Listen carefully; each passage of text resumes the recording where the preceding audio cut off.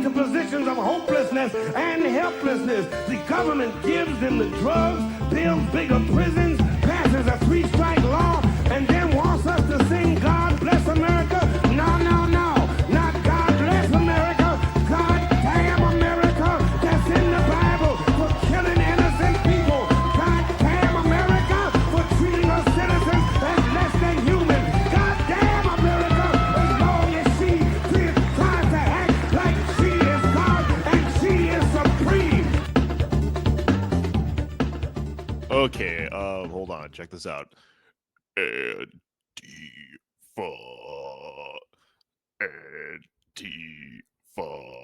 You know what that is? Gregorian chant?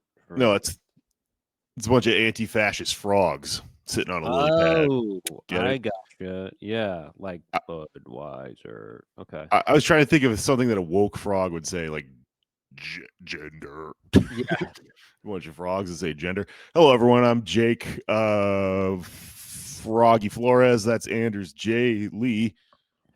And Anders Michigan J. Frog Lee here. Wow, that was interesting. Excellent maneuver there. Thank you. I didn't see that coming. These J middle name people, we're important. Michigan J. Frog, Donald J. Trump, Donald J. Harris, Anders J. Lee, Homer J. Simpson. Homer J. Simpson. Doe. Hey guys, welcome to the show. Welcome to Pod Damn America, the anti-fascist frog-centered podcast today. Hello, this is Jake, your spooky host for the month of October and the rest of the months. I'm excited. I'm not excited. Shit's going down. It's bad. But I'm ready to hit the ground running this week. I don't know. I'm feeling invigorated.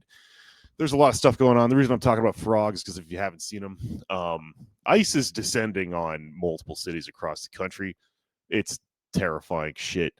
Solidarity with all our friends out there on the ground fighting them. There's a hero that's risen among the ranks of the particularly well-equipped leftist like street fighters of Portland, Oregon. Not even street fighters. This is goddamn defense. All right. I'm not even going to play into their goddamn thing they're doing. We'll talk about it a little bit later. But there's a video going around of a frog that ice cannot handle, let me tell you. And I'm not really sure why, but there's this video. There's a guy who's wearing one of those like inflatable Halloween costumes, you know, that like with the fan in it. So you just look like a big like sports mascot sort of a frog. And the context of the video is clearly missing. Like I think what's going on is just the like cropping is behind the frog. There's probably a massive crowd of people that are like, but it doesn't even really make sense that even that with them, this would be happening. They're slowly stepping forward and the ice agents are slowly stepping backwards. Maybe it was filmed backwards. Maybe it's one of those things. Like when you see a really crazy skate video and it's like, oh, it was filmed backwards. But it looks like the ice agents are terrified of the frog and it is very satisfying to watch. And he sort of backs them up against a wall, right? Well, then, during all of the, the fucking chaos of the last few days, he pops up again. And I guess an ice agent particularly had it out for this fucking frog and didn't like being, mogged by the frog, if you will. And went after him. And this is also caught on someone's camera. Shot his pepper spray into the fan that's on the side of the like inflatable suit thing. If you've ever seen one of those, there's like there's a vent rather. And people are like, frog down, save the frog, frog medic, frog progressive stack. I don't know, what are you yelling at protest? But yeah, it was like kind of heartbreaking to go, oh my god, this. It also just fucked up. Some ice agent was like, I'm gonna take him down. So a pig went after a frog and they sprayed this frog, right? And man, it's my heart sunk. I can't, it broke my heart that this little guy out there got singled out and targeted like that. But fear not, day 3 of the Portland Frog saga, Frog has returned to the front line. He's got 2 other little inflatable guys with him. I don't even know what the fuck they're supposed to be. There's a whole line. There's a whole fucking squishy block happening, and it's inspiring as things can be in these times. So solidarity with our inflatable friends out there. I saw an interview with the frog. Someone asked him like, "Hey, was it really bad when they shot pepper spray up your ass? Because that's where the vent is." It looks insane. A fucking federal government agent went after a frog's ass and like shot chemicals into it. And they talked to the frog and he said, no, it was like coughed a little bit. It's fine. So fear not, everyone. He's still out there fighting. And and honestly, just from a tactical standpoint, that's good to know that you actually maybe don't get entirely fucked by pepper spray wearing one of those things. I'm not telling anyone what to do. It's probably a pretty bad strategy to go out dressed like the Stay Puft Marshmallow Man or a Tyrannosaurus Rex or whatever, but it is pretty funny. I'm noticing a lot of humping in the video that I just pulled up. Yeah, that's his move. Yeah. He does like this, like he's a balloon, so it's like fast and springy, but he fucking air humps at the cops, and it's very cool. It's cute. It does make me wonder if this began as maybe a furry type situation. Someone dressed up as Frogger and was trying to do like a role play where they were trying to cross the street in this suit, and then the cops came and started, this demonstration happened, and they got riled up in the middle of it and took the right side. Because He's sometimes like, I'm already yiffing out here. I might as well join the cause, right? yeah. Could happen. Who knows? No one knows. As far as I know, frogs are not coded politically to be one Are you thing. kidding me? Maybe I could be wrong. There's one very famous frog that is on the other side of things. Pepe the frog. Oh, right. Yeah, how could I forget that? All right. It's reclaiming frog, or yeah. We are taking it back. Yeah, we are reclaiming frog and toads too. Why not? I don't know. Honestly, like that's kind of a thing though. There's often like a guy on stilts or something out in those things, and like there's no rules to this stuff. I've heard criticisms of this sort of thing. I've heard, oh, you're just trying to get like famous on TikTok or whatever. I've seen goofy ass people on the street at actions like this who fucking, because they're so ridiculous looking, are able to do things and help people in ways that like are fucking cool. There's a weird guy on roller skates flying around. He's able to get water to people. They can't hit him with the rubber bullets. Yeah, frog.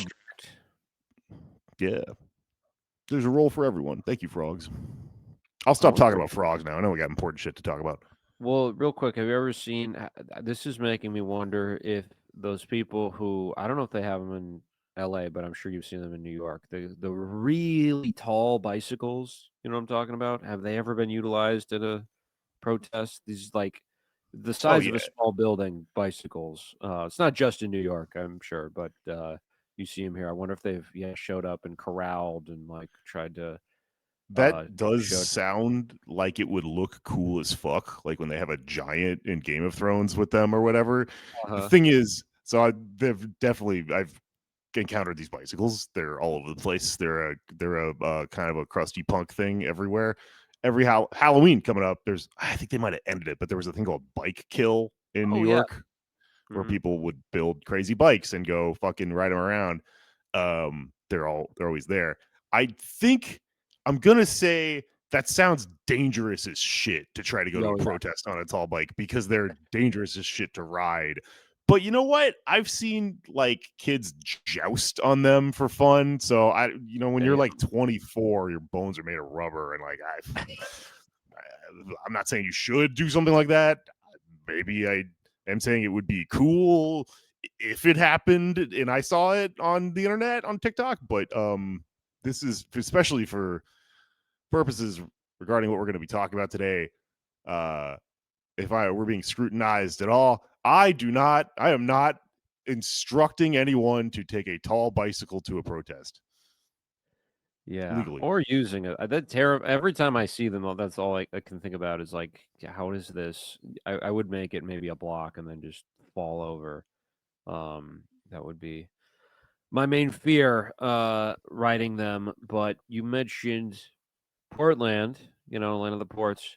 There's a article in the New York Times that came out this weekend that talks about the local government in Portland, which opens too extreme, too inexperienced, an absolute disaster. Uh, and they're not talking about, these words are not reserved for Zoran Mandani here in New York City. They're for the socialists in Portland who have been elected to the city council. And that's after there was like this reform of the local government, which someone from Portland was explaining this to me a few months ago. It's a really I mean, I think it's a good system, the new one, but it seems very convoluted. They have like ranked choice, and it's like multiple council people per district or something like that. I'm sure I'm getting the details wrong, but they reformed the local electoral system and the number and allocation of seats, and now there is a pretty strong socialist faction on the Portland City Council. And people here, Portland, they think like this, Portlandia it's like a left wing city for years. Not so, as is the case with a lot of places. That's not really reflected in the municipal government. As Mitch Green, who's one of them, is quoted in the piece saying, this has been a city generally run by the rich for the rich. So they're trying to push new taxes on the wealthy and regulations and just things that would redistribute wealth a little bit. They're talking a lot about stuff from Zoran's platform as well, and the pushback has been like, well, rich people won't want to live here in Portland, which is such a funny thing in New York, where it's like you could make a case that is a big part of what New York City is just the capital of capital. But in a place like Portland, I haven't been there, to be fair, but I would think it's harder to make the argument that it's as reliant on rich people. Oh yeah, the Voodoo Donuts skeleton guy with the top hat is gonna leave. Look, you're making him. And he gets You're on one of making him those tall ride bikes. his tall bike off into the sunset. Yeah, he's like the mayor. He's like, "Oh, you're making me do this." That is a good point about Portland. And also, I mean, the thing about the Pacific Northwest in general, honestly, I wouldn't be surprised if that's where some sort of semblance of World War III pops off here, or Civil War II, or whatever the fuck this is turning into, because the jokes are all that everyone there is super woke, and that there's like everyone's a blue hairy Antifa guy, especially like that sort of type of leftist shit, the crunchy countercultural black hoodie like anarcho stuff. But you have to understand the reason that stuff exists anywhere is in direct correlation with the far right existing anywhere. And not only are there like fringe sovereign citizen people out there, years ago I fucking went up there and we talked about how like Washington was kind of founded as like a white like state, like a white nationalist sort of situation. There's leftover shit from that. That stuff exists in tandem in a different way with its more like established, normal like center right institutional power than does the far left, what you would call Antifa stuff, being attached to liberals. Like, and that's going to come up again later. They're trying to paint a picture that for every center Democrat liberal politician thing, an outgrowth of it is these more extreme people like us who are like anti-capitalists, in the same way that like in a mirror image, for every regular Republican there's a fucking Nazi or whatever. And that is not entirely a mirror image. I don't think it's not entirely the case. I think if you live in the Pacific Northwest and if you're wondering why there are so many like actual nerds that sit down and fucking read the history of anti-fascism in Europe and go, we should start a club here and like be ready for when the fucking shit goes down, it's because there's people that are just educated and aware that there are actual fucking weirdo like Timothy McVeigh types out there, and they have to go fight them in the streets whenever stuff happens like it's happening right now that gets swirled together with, the government in various ways. Yeah. Well, it's funny in the article. There's they show up. The reporter does at a downtown art gala to get the pulse of the city. It's a museum exhibit showcasing the collection of a guy, Jordan Schnitzer, who is a local billionaire. And It's a funny title. yeah, local billionaire. They have him even in Portland. But he's complaining about the socialists who think business is a dirty word, and that they need to chill out and focus on the real problems, which there is a consensus in Portland that homelessness is a big problem. That's all you hear about when it comes to Portland these days is all these homeless people. And this reminds me of another article. I think this is from the New York Times. I saw a snippet of where there was a person quoted as saying, "Well, I'm a Democrat, I'm liberal, but there is one issue where I kind of am with Trump, and that's just like when I'm walking down the sidewalk, I really prefer to be able to walk on the sidewalk and not have to walk around a person Not and have to go in walk the on a street." driveway, drive on a parkway. Yeah. Yeah. So therefore, we must expel and imprison, maybe eradicate in other ways. It's unclear these people, which is just so strange and depressing that the solution to that is never give them a place to stay. It's just that's not prison, you know. Also, like But the fact that someone can make that argument is, well, this is also why like centrism, as respecting that as a theory at all, is so bad, because like so many people, I don't. I want to like say, not only feel like it's possible to just have conflicting like shit like that, it feels like smart on some level. It feels like actually it is responsible, and it makes you look like a critical thinker in this country to be like, I agree with some things on this side and some things on that side. And it's just like, you should have a coherent point of view that makes it very apparent that just that like you're walking contradictory nonsense if you consider yourself liberal even and are just against homeless people. yeah, right. Yeah, there's no systemic analysis there. But the DSA members in office, one of them, Angelita Murillo, has a sign above her official plaque at her office with a picture of Zoran that says "Hot Commie Summer." So she's openly saying, I'm a communist. And there are, before the resurgence of DSA, there have been like local socialists and communists in different parts of Oregon. I'm assuming Portland as well, but I know in other municipalities they've been elected there. Obviously, certain parts were a hotbed of anarchism and probably continue to be. But the funny thing, another funny thing about this article to me is the dynamics on the city council now that a third of it or so is socialist, is the centrists and the moderates complaining about the decorum, and they say this has just gotten this. There's people being rude to us over that there's insults flying back and forth over procedural issues, and they've tried to outsource dealing with the dynamics of the city council uh, to firms, to actual consulting firms to help mediate the disputes of the local government.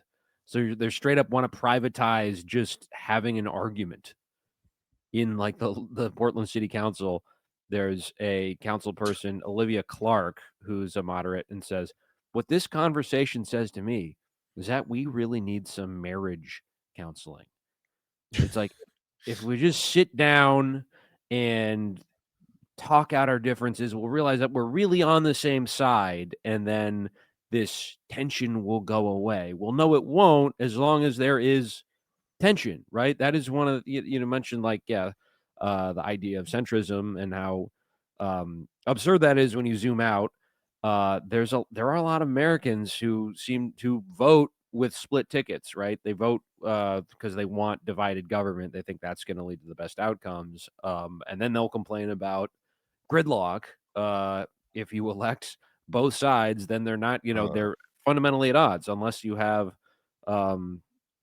like moderates in both parties who want the same thing, which is not ultimately really politics.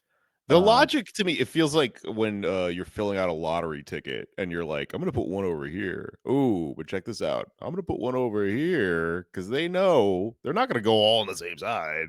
And it's, it's, you can't, you lie. It feels a certain way. The form of this, the situation you get put in as an American citizen is the problem entirely, where it actually makes you feel as though you've like done some investigating and have a good point of view. I don't know what I'm trying to really articulate here. Like it's something about individualism where like people America sells you the idea that it's a good system, that we all have like slightly different points of views within this very contained structure, and it's like, no, you should actually probably be all to one side or the other if you believe in anything. It's actually kind of very like Edward Bernays, like they sold you a two options that are, that go to the same, they come from the same fucking fountain or whatever. We've all seen the memes. Here's what I'm getting at. Actually, here's what I want to say about Portland. I have a friend who was a bartender out there for a long time. I've drank out there.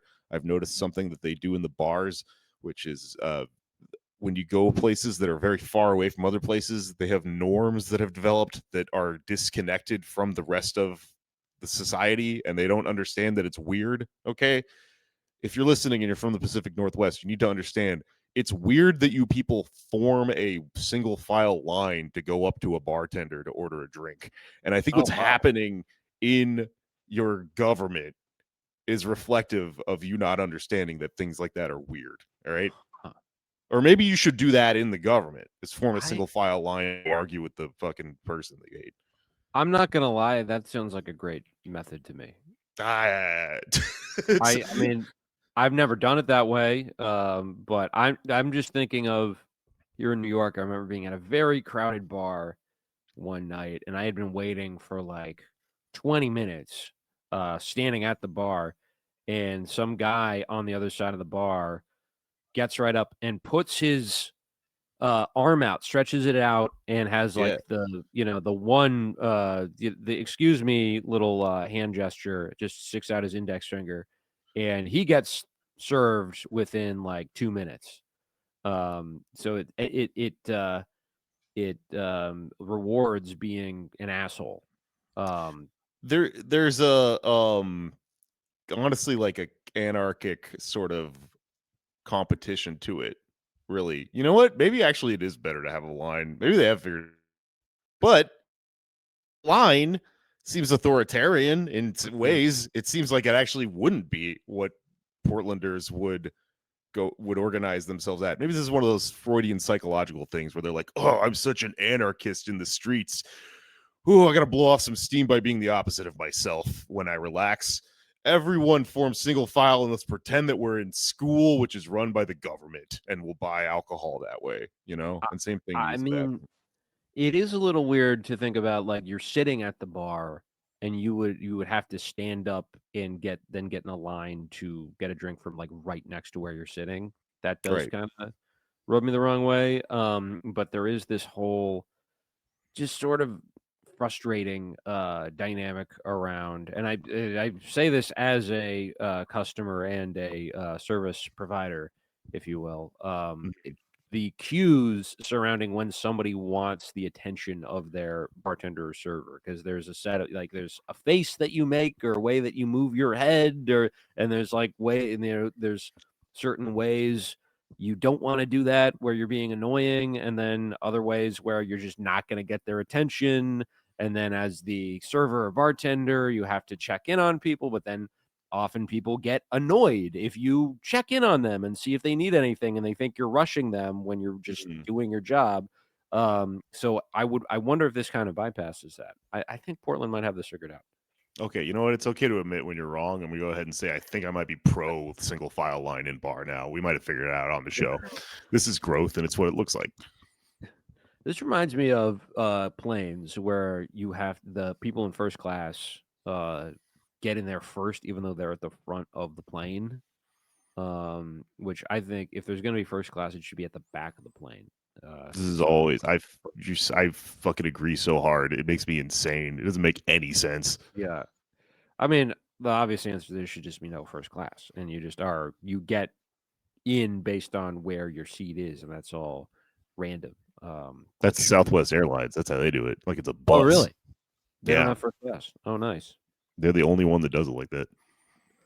That must be why Ralph Nader likes them so much. It's weird. I remember reading one of his books as a kid, and it's such a strange departure from like everything else in the book. He's just like, by the way, Southwest Airlines, great company. And then the rest of it is like corporations have too much control. It's his one way of being like, I'm not a communist. I'm not a socialist. I like Southwest Airlines, and that's it. And it turns out they also suck. So that's an L ultimately. But I wonder. I was gonna say, do they have seat belts that he likes? But they all have seat belts. This plane is unsafe at any speed. I don't know. I have no idea. Anyways, we should get back to talking about important things. What the fuck else is going on in Portland? well, they National Guard, Trump has tried to deploy or wants to deploy, and he's pointing to the crime rate, which has gone down, but it's the vibes are off, and that is justification for that. But the real thing he's sort of animated about when it comes to Portland is that is, like you mentioned, sort of associated with Antifa and left-wing extremism, which is a new sort of we're encroaching further and further down the primrose path to a neo-McCarthyite authoritarian state. I just watched one battle after another, and it's I don't want to spoil anything, but one of the things I found really interesting about it is it's based on a book, Vineland by Thomas Pynchon, that is set in 1984, and is about like the 60s baby boomer, like hippie generation, and it's kind of about like and there's a number of books and movies kind of about this same thing, is like people who have committed clandestine acts of violence against the state and society, and then they have to go underground, and then by the 80s, what are they up to now? Some of them are in hiding, some of them have sold out, all this other stuff. So one battle after another is sort of loosely adapted from that, but the thing I found really interesting about it is that the beginning of it is uh, people sort of doing this stuff, setting uh, people free who have been detained by ICE, blowing things up, etc. And then we flash forward 16 years, and as the narrator says, which I'm now realizing, I don't think there's a narrator for most of the movie, but just for this one line that really stuck with me. It's been 16 years and nothing has changed. Like they don't make any effort to make things look different or give a clear signification of which part of the movie is in which decade, which I thought was kind of cool. I'm a history dweeb, so I kind of would like some of that, but I actually in this case appreciated it being just sort of like the same. It's like kind of flat, and the political situation, whatever it is, which they don't allude to who the president is or anything like that, which I think is a smart choice. That's sort of left absent, and there is nothing that changes. The characters change a little bit, Leo This DiCaprio's. next scene, Leo DiCaprio is wearing glasses to show that he is older and wiser. That's basically it. Yeah, I don't even know if he has he looks different in some way that I can't remember. I think maybe a few more gray hairs or something like that. It's hard to tell because his girlfriend is the same age both Yeah. times, 16 years ago, and now she's both 25. How did he do it? There you go. All right, folks. But the one thing that does seem like it changes is the government that's in power, which they don't really spell out in any specific detail. It seems it has gotten worse. It's gotten more authoritarian. There's less pretext for just kicking in doors, throwing people in jail, killing people. They just do that willy-nilly. And I don't mean to be ultra lib about it and say that this is new territory, because how seriously the people in power take the Constitution, constitutional rights, does ebb and flow quite a bit throughout American history. Um, but it does seem like we're headed somewhere extra bad. And if you look at Trump's recent executive order, you'll see what I'm talking about, because it may implicate some of you listening to this. It may implicate Some of our faves. Not an Yeah. executive order, by the way. It's a memorandum. It's Oh, excuse me. Yeah. it was actually Ken Klippenstein, friend of the show, made a point in writing about it to point out that he, at the very beginning and probably still to an extent, was the only person fucking talking about this very ominous action from the Trump administration. To the extent that anyone did talk about it, C-SPAN wrote a tweet about this thing called NS. What the fuck is it called? But anyway, they reported it falsely, erroneously, as an executive order, and they're a goddamn news outlet that's supposed to be the authority on everything. Memorandums are different. They can be secret if they want. It's an executive thing they can do where they just don't fucking tell you. There've been a number of them that were secret and then declassified over the last few presidencies.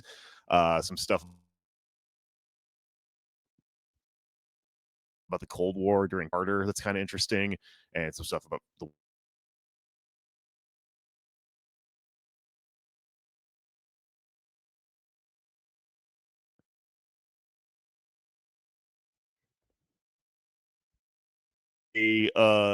they chose to publish this, which is something that's interesting about it. They kind of want to make this an announcement. They want to make it deliberate, and I think that probably makes sense given what you're talking about with the pretense of everything falling away, or the veneer of the sheen of civilization falling away. And I don't think that that's lived out to really talk about it. I understand why we all want to perform that we are wise leftists, right, in this fucking world that we live in, and we're all constantly trying to differentiate ourselves from liberals, because it's very frustrating how it kind of undoes everything that you're saying if someone listens to you and goes, oh yeah, I vote for Democrats too, and you go, oh, you entirely missed the point, right? There's a very deep thing that we all feel where we really want to make it very clear, because the entire fucking thing we're doing is hinged on people understanding that we don't live in this binary world where there are Republicans and Democrats, where there are conservatives and liberals. You have to break out of that. You have to fucking understand that things are more complex, and we're leftists, right? But it's not to just simply say, well, sometimes liberals are right. It's I think the way to express to understand what's happening right now is, and you don't have to go back and fucking admit you lost an argument with a liberal to say this, things are different under Trump than they would be under a fucking stupid enabling Democrat government that would be the precursor to this happening all over again. Mhm. Things would be different under a Democrat, in the sense that what the entire difference between a liberal government and a full fascist government like this really are, in a lot of ways, are the just the veneer that holds everything together and maintains like kind of the collective illusion that we have a government. And I'm thinking a lot about a fucking philosopher who became he has an insane title in the Nazi government, but I talked about him before we talked about the movie Civil War last year. Carl Schmitt, who was a fucking he was a very prominent Nazi. He became a Nazi when Nazi Germany happened, and he wrote about a lot of these ideas, and they used a lot of these ideas when creating the Nazi regime. But one thing he talked about a lot was he kind of put forward this argument that liberalism isn't real. Democracy isn't real to an extent. To an extent, it's an abstract thing, and we never really left the realm of having a sovereign power. Like, you kind of, if you're the president, you kind of can do a lot of things. And liberalism is sort of an illusion that we exist under when we have someone, maybe the president themselves is also under it, where we just sort of like don't break the rules. And a lot of the Nazi government, a lot of the plan for forming, the Hitler's fucking Third Reich was posing this argument and going like, yeah, you actually once you obtain the reins of power, you can just violate these made up like principles that they're not enforced. If you're the fucking head of state, they're not enforced by someone above you or whatever. And what you get when someone decides to do that is the veneer going away, and the this system that was always able to do this now doing it overtly, and it's very fucking scary and very jarring because you realize, oh, that was like that the whole time or whatever. Yeah. And there is a history here that I dug a little bit into.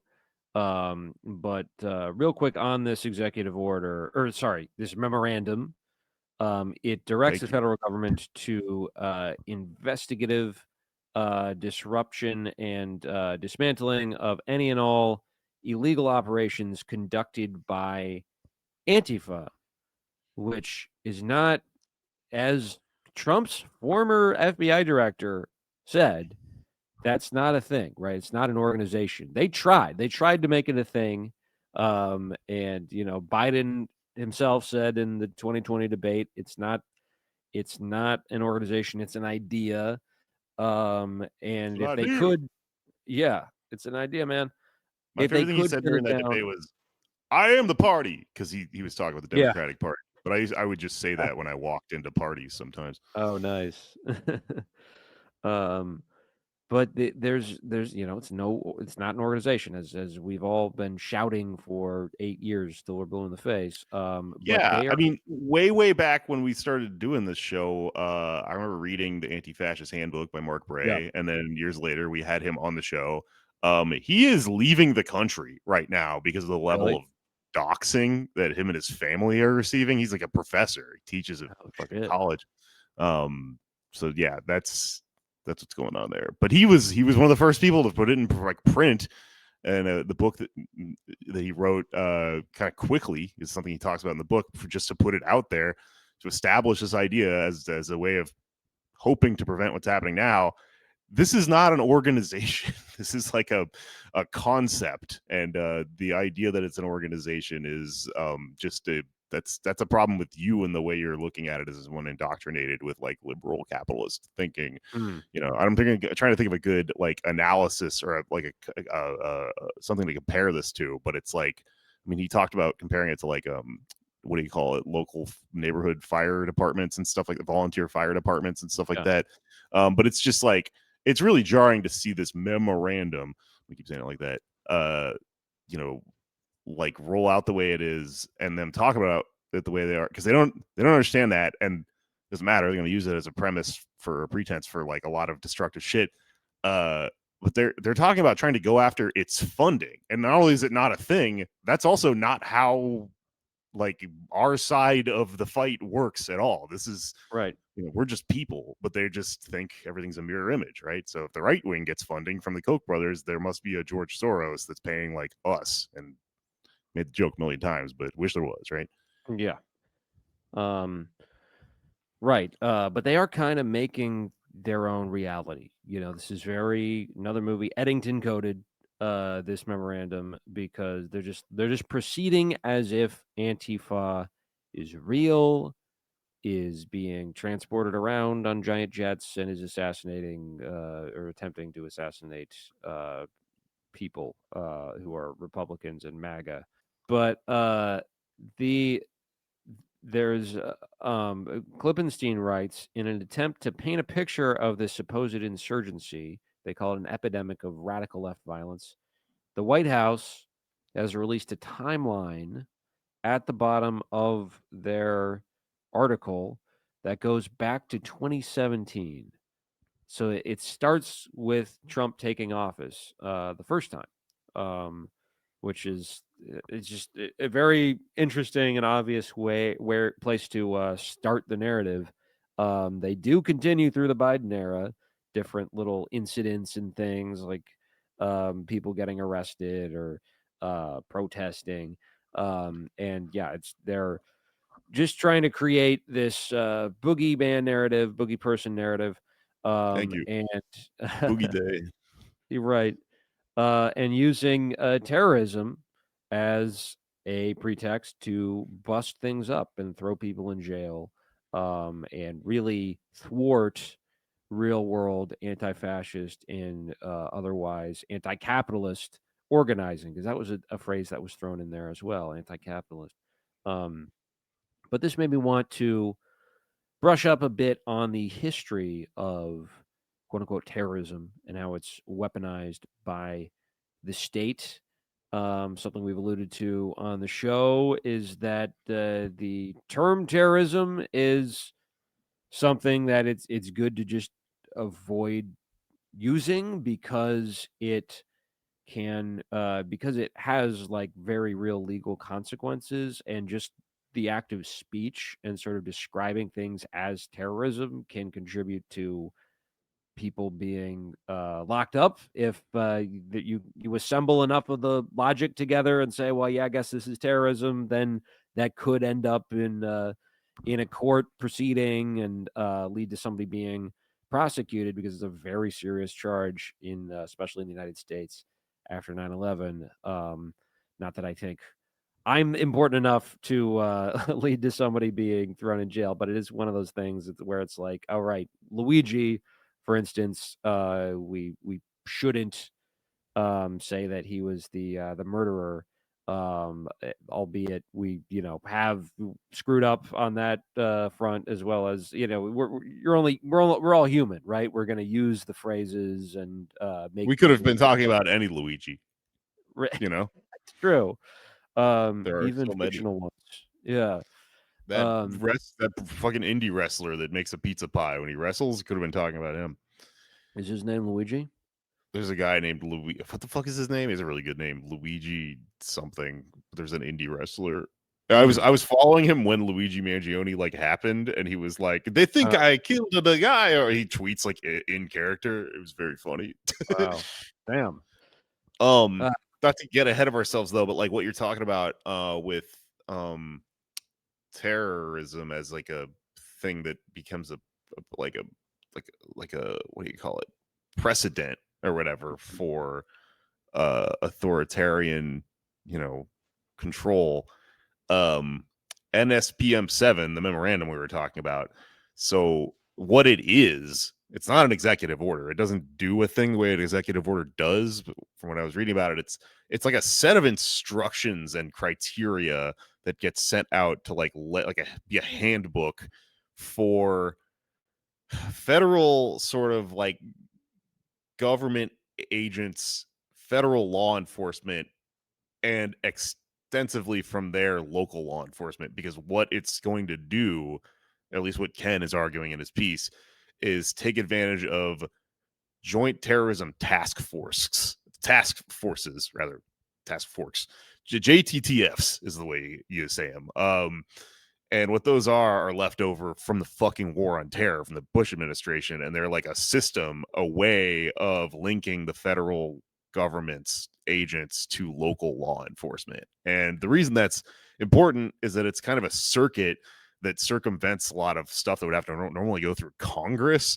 So he's using shit that's been laying around from previous administrations, calling everyone fucking terrorists and setting up ways to police who they've decided are terrorists, which back then was someone else and now is going to be certainly not fucking changed. It's just going to be expanded to not only Muslims, but also fucking guys with big gauge earrings and shit, and anyone who's ever said Luigi is cool or whatever.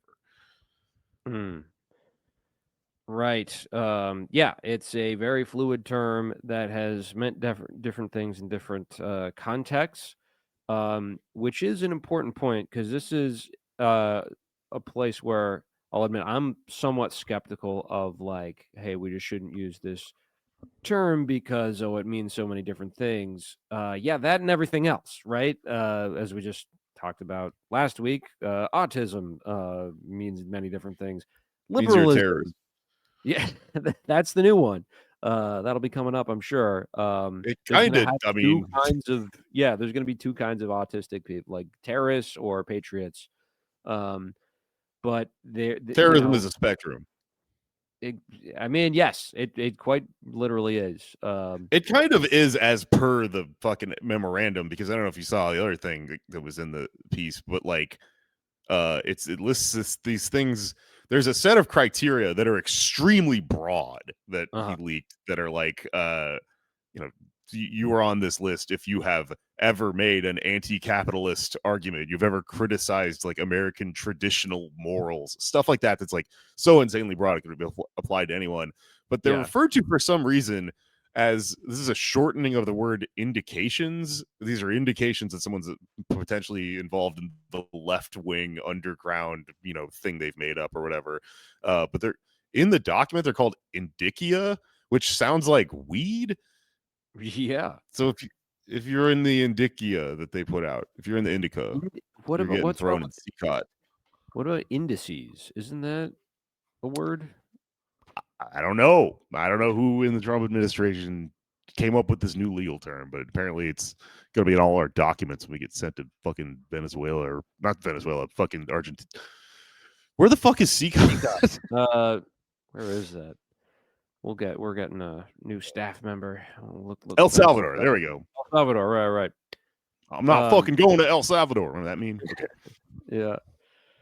But so interestingly, the concept of terrorism was thought to be sort of dead in 1989.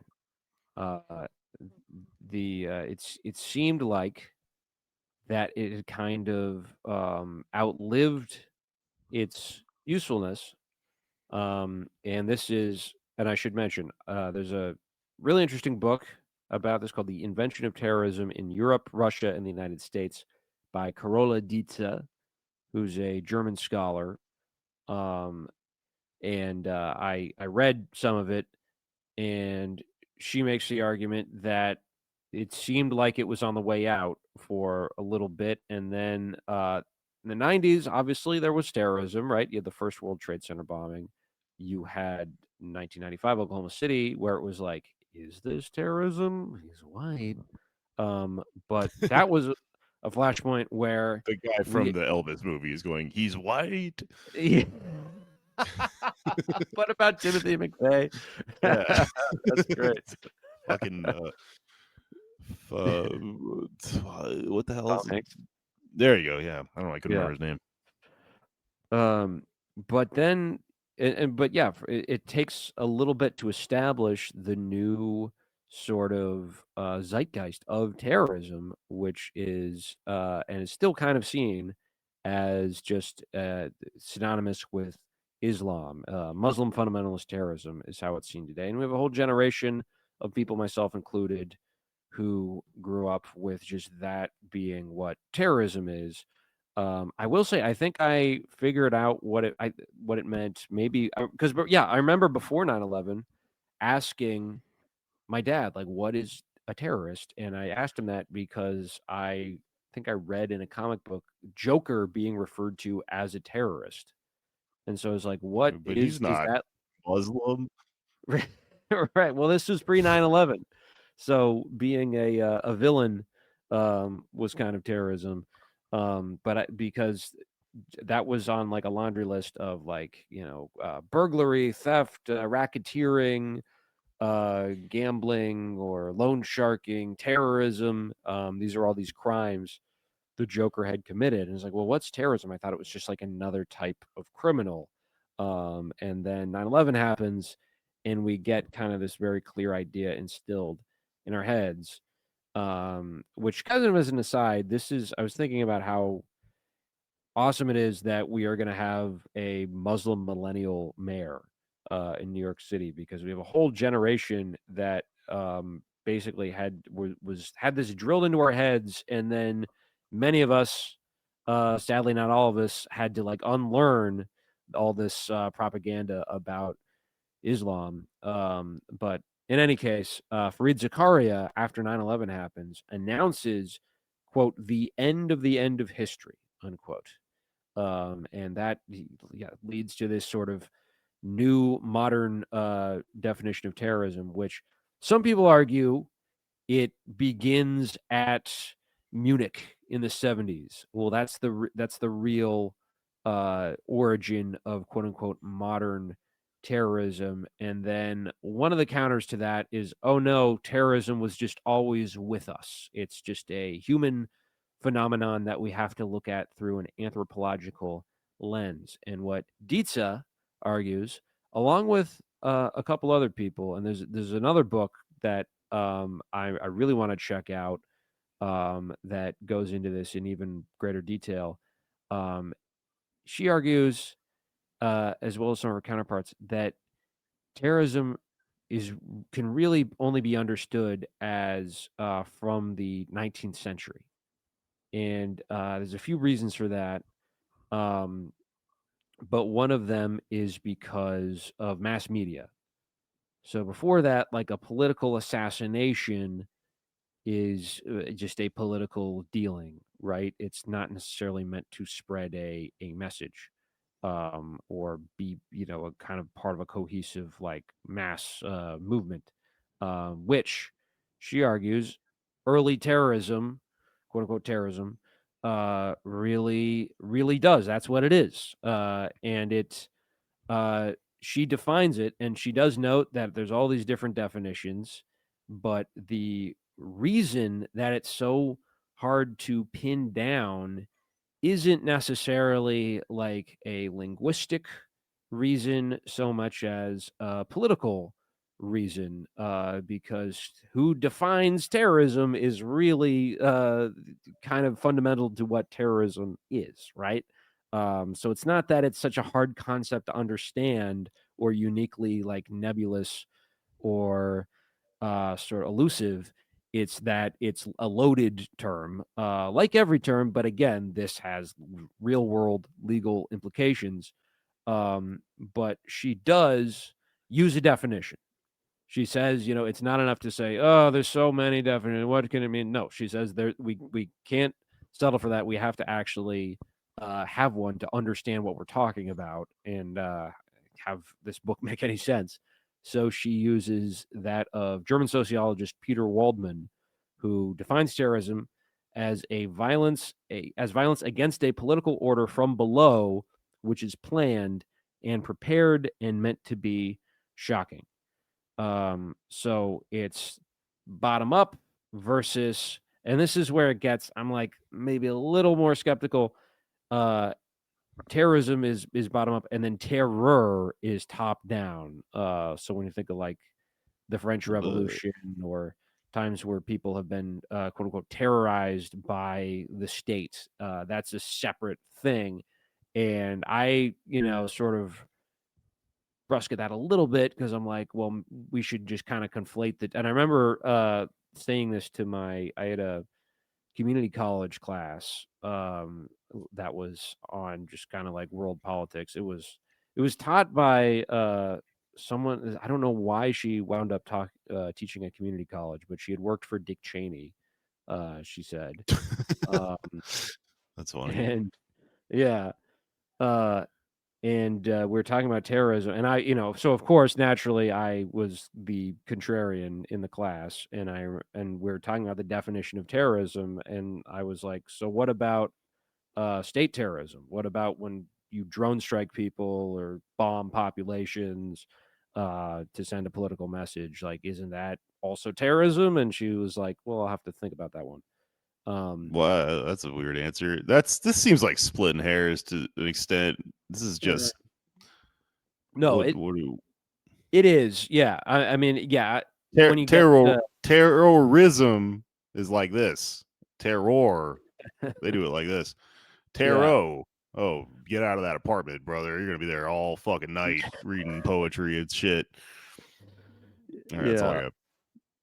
No, that's true. It is all this stuff can get very semantic, and it's kind of the eyes glaze over. It's that is sort of a side note to the fundamental thesis, which is that this was a very specific set of events and conditions that created terrorism. What we think of as modern terrorism, which did not begin in the 70s, did not begin with 9/11, did not begin with the dawn of man. It began in the 19th century, um, and the first individuals who verifiably adopted, copied, and thereby further developed the terrorist acts uh, were this guy. The first one she points to is Felice Orsini, who's an Italian born in 1819. Knew it was gonna be Italian. They are dramatic. Had been a follower of the Carbonari, which was like sort of a nationalist revolutionary Mhm. group. He had been involved in different uprisings in Rome, um, and he escaped from prison. He was held in prison in Austria, and then went to England and became a successful writer. People liked hearing about this Italian guy escaping from jail. I remember reading about the Carbonari at some point, reading about some goddamn thing in the course of my life, and I knew something about how it related into like what is it when before the Italy became Italy, what the fuck that process is called. But now all I hear is that it sounds delicious, and I'm so glad that guy did that. Yeah, it sounds like a variation of carbonara that's like maybe a little lighter or something. That's what I was getting on. Yep. Throw an egg in there.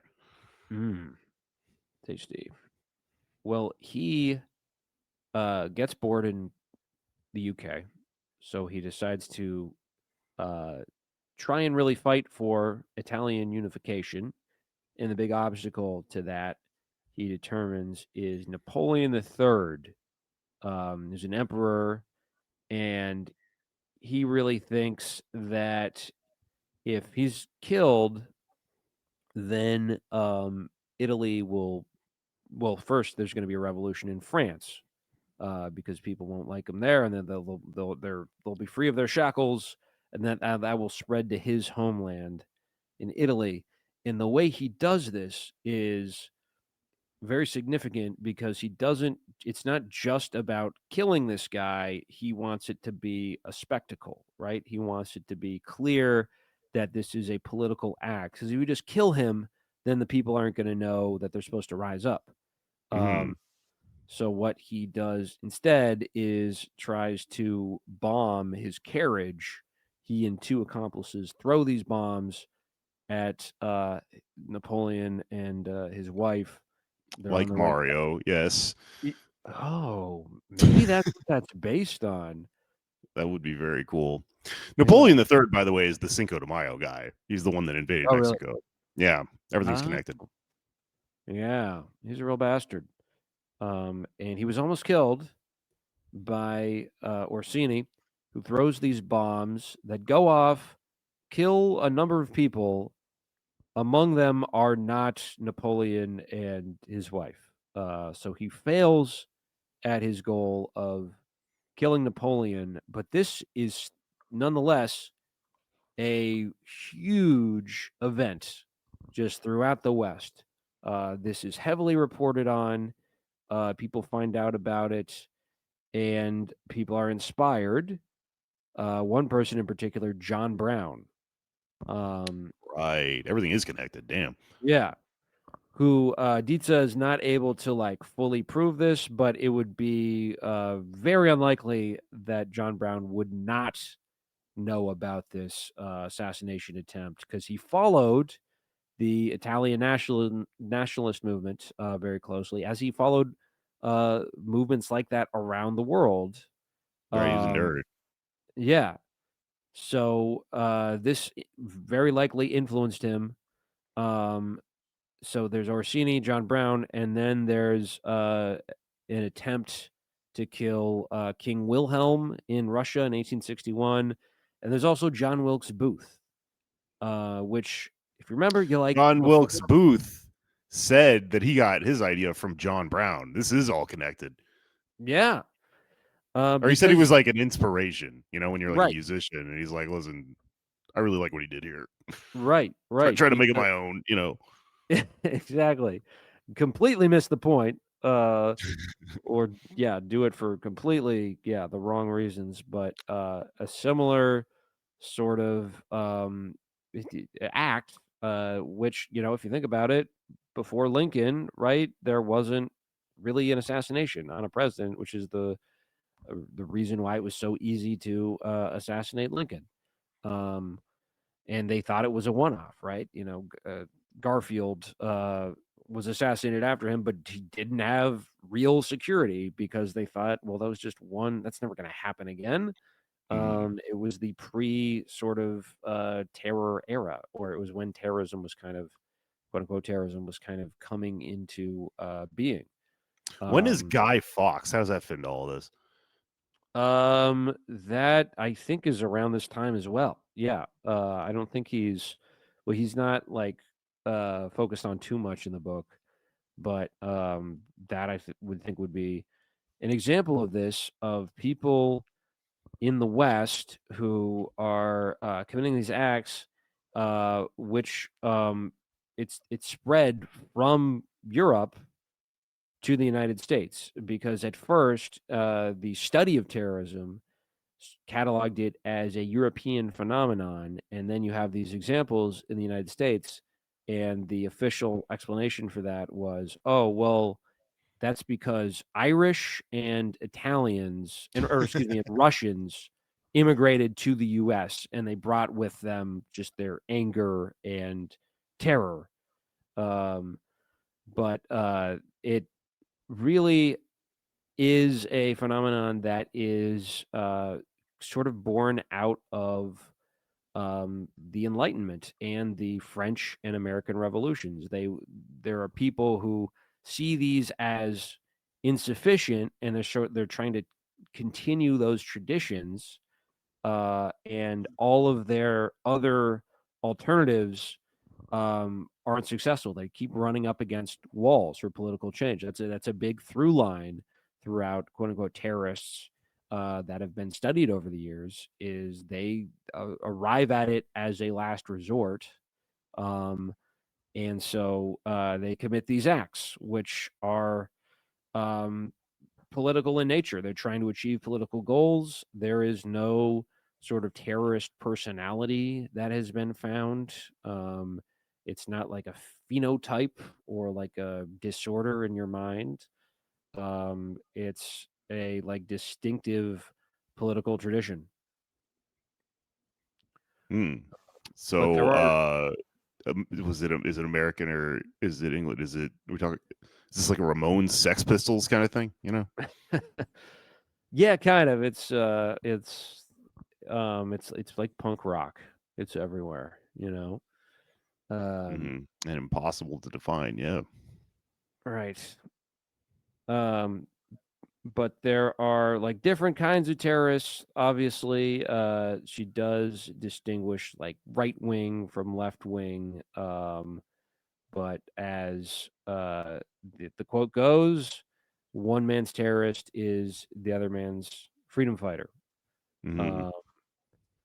But that's the idea that there's a terrorist in the first place is kind of a logical fallacy, as Dietze writes, and the there she quotes a terrorism researcher, Boaz Ganor, who says that terrorism and quote unquote freedom fighting, these are two different aspects of political action.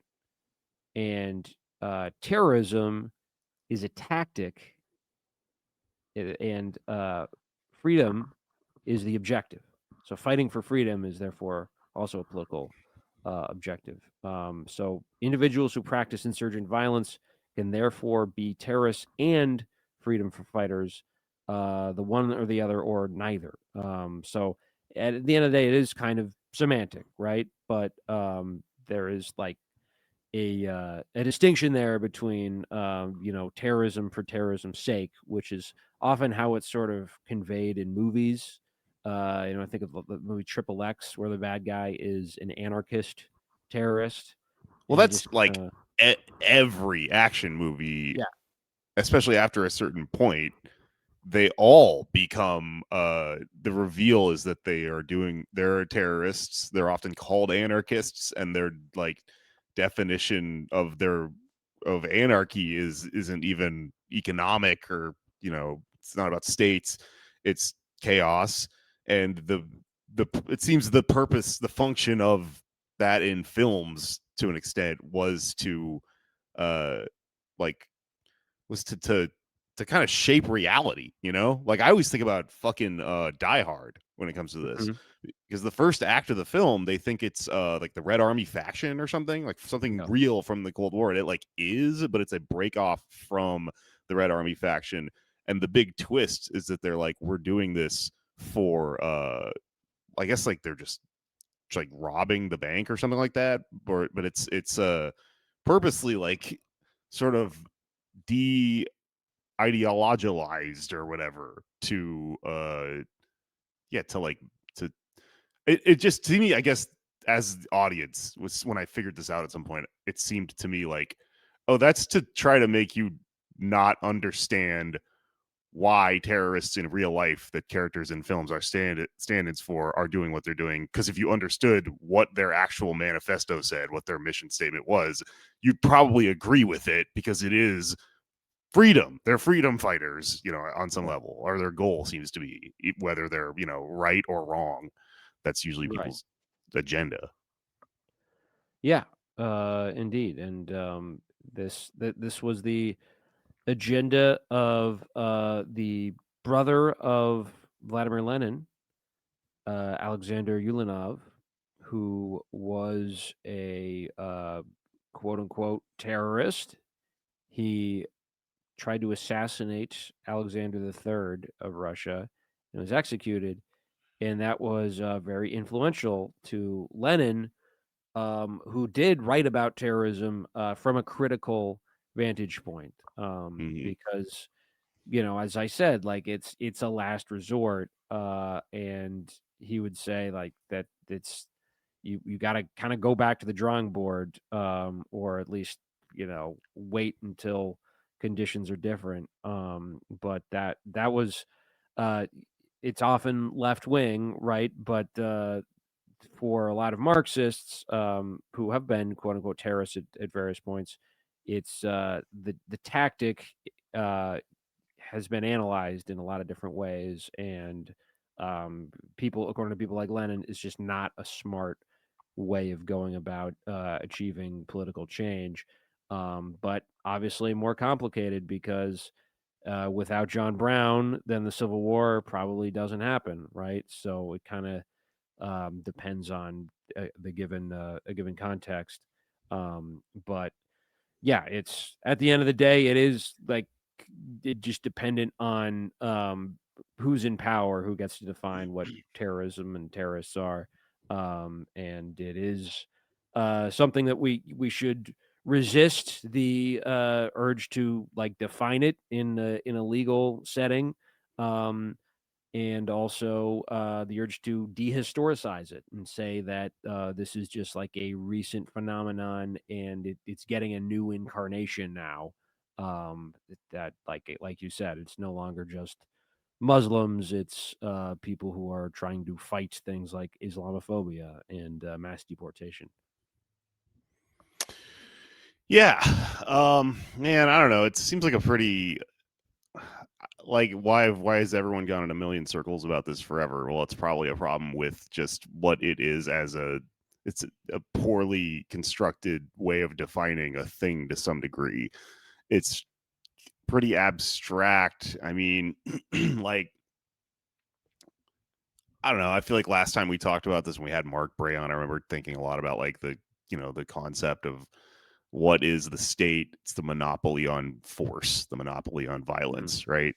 So maybe what we're looking at is this interesting sort of like historical period where there eventually that becomes what we have now, which is the argument kind of against a lot of 19th and 20th century political organizing or any sort of like standoffs with with our enemy, with the with the powers that be, being that they just have too much fucking power now, right? Well, maybe before it got to that point, there were these experiments and somewhat successful ones at some times where someone went up against that fucking thing. They went up against the monopoly on power and they did it in an individual way. I don't know. It's kind of interesting because it's as opposed to forming a fucking militia or something and doing just straight up like, previous century, like state to state, like state, like clash of power. Um, this all exists kind of post the gelling of the current states that we have. There's kind of this last gasp of people thinking about things a certain way. And also, but then it's part of this is them being framed a certain way from people that want to dismiss them. Like you, if you're a fucking weird MAGA patriot person and you're gonna take all this stuff the Trump administration is doing and start using this word terrorist over and over again. Okay, what do you say to the argument that George Washington was technically a terrorist by these definitions? I mean, had a fucking gun and killed people with it to free people, right? That's essentially the same thing. And I don't know. Man, this is an interesting concept. I don't really know how it plays into what comes next. Maybe we see this stuff play out in the Luigi Mangione trial, or any of these people that have been kind of cropping up and doing these things and writing things on bullets and stuff. But like most of these people aren't leftists, though. That's so. Uh, okay. Here's another weird angle about this coming out of my head right now. A lot of these people seem to be like counterfactual, alternate universe timeline. Things play out a little differently. Just a mass shooter, right? Like that same things led someone to go do one of these recent things. Very well could have just been a fucking half of these kids are like 22 years old, right? It wouldn't be that surprised if they just fucking went and shot up a school or whatever. But that's to get into what forces led to that would probably be a whole other book, which actually there is a book about that I'm thinking about reading soon. So maybe we'll talk about it then. Yeah, I don't know. But in terms of how this all plays out with this fucking memorandum that's coming down the pike, the ill definition of it, the stretchability of the concept is going to be the thing that really, really fucks people legally, I think. Right. Yeah. So I don't know what to do about that, but this has all been very interesting. Yeah. Yeah, and there will be more in all likelihood. I'm gonna get this second book, which goes into the history of quote unquote terrorism, as well as the history of counter-terrorism, which is obviously very relevant to today. And yeah, it was really all born out of the 19th century, like a lot of things. But yeah, I guess that's today's T-word report. Okay, well, don't go out on a tall bike and do anything weird. I condone nothing legally. I've never said and positive thing about Luigi Mangione. I was talking about a different Luigi Mangione. How about that? Different guy, same full name. Yeah. I don't have any of the indicia. I'm not against American traditions and morals. I think they're great. So suck on that. Play this in court.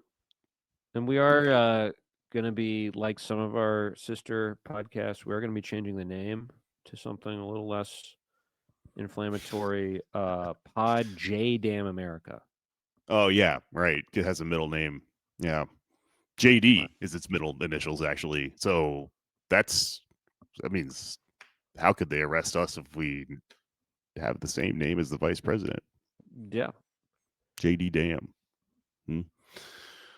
All right, everyone. Thanks for listening. Hey, if you like the show, why don't you consider signing up for our Patreon? That's where we make bonus episodes every week. We have a Discord and stuff. And I don't know, all sorts of other bonus crap back there. And it helps us make the show without any other funding like advertisements, which if you listen to podcasts, you might hear people talk all day about how it's cool that frogs are fighting fascism. And then what do? They try to sell you a frog trap, a glue pad for frogs. And you go, wait, that seems counterintuitive. And it's like, fuck, it's the only way to make a podcast. Well, we're listener funded. So if you enjoy the show and you want to help us keep making the show, get on back there. Sign up for the Patreon. It helps us do all this research and bring it to your ears. I don't have any other podcasts right now. I don't have any other shows, I think. Yeah, just keep hanging out with us here. And if you're in Los Angeles, keep an ear out. I have shows at some point. You got anything, Anders? Yes, if you're in New York City, we are doing another roast of both Andrew Cuomo and Eric Adams. Yes, I know Eric Adams dropped out, but he is still the mayor, so we're going to be talking about him too. We did start planning this before he dropped out. So come on out to that. It's going to be Friday, October 17th at Silo. We have a butt ton of comedians on this show. There's too many to name. Neil Gosh, Grace Johnston, Ashton Womack, Jimmy Hogan, a whole bunch. It's going to be very funny. And we got some impersonations happening. And we are raising money for Dream, which has had to change its name various times because of different events, like people dropping out. So now I believe it is, what is it? Don't resort to evil Andrew for mayor or something like that. But it's a campaign to stop Andrew Cuomo from becoming the mayor, which is a very important cause. And last but not least, I'm just going to plug something. If for our Patreon subscribers, you have access to our Discord. I'm announcing right now, I am going to post my short film. Oh, they're going to say feet. I could do that too. There's a whole there. channel for Anders Lee fans. I've been told I have handsome feet. Handsome. Yeah, they're distinguished, and I look at old people's feet, and I know it's going to happen someday, but I try not to. Some of these, I used to have to wash my grandma's feet, and I remember her saying to me, "Oh my god, are you fucking serious?" All right, I helped her wash. Yeah, I helped her wash hers. You say things sometimes like they are normal, and they almost go through my head, and then I go, "What the fuck was that?" I would go to her nursing home after school, because it's my school, and turn on BMX, and she'd be like, "Oh my god, turn it off! I can't watch."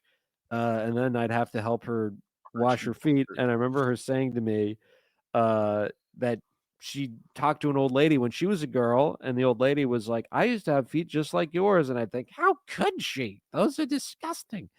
And Archie. yeah, Edith Bunker. that was pretty much, yeah, my my grandparents' dynamic. But she told me my feet would one day get gross, and they still are not. So if you want feet that are I'm for now, so sorry I made this joke, and it led to all of this. if you want short film, subscribe to our Patreon, join the Discord. I will post it in there actually right now under Anders Lee fans. Cool. All right, well, it's fucking definitely finished. I don't want to talk about this anymore at all.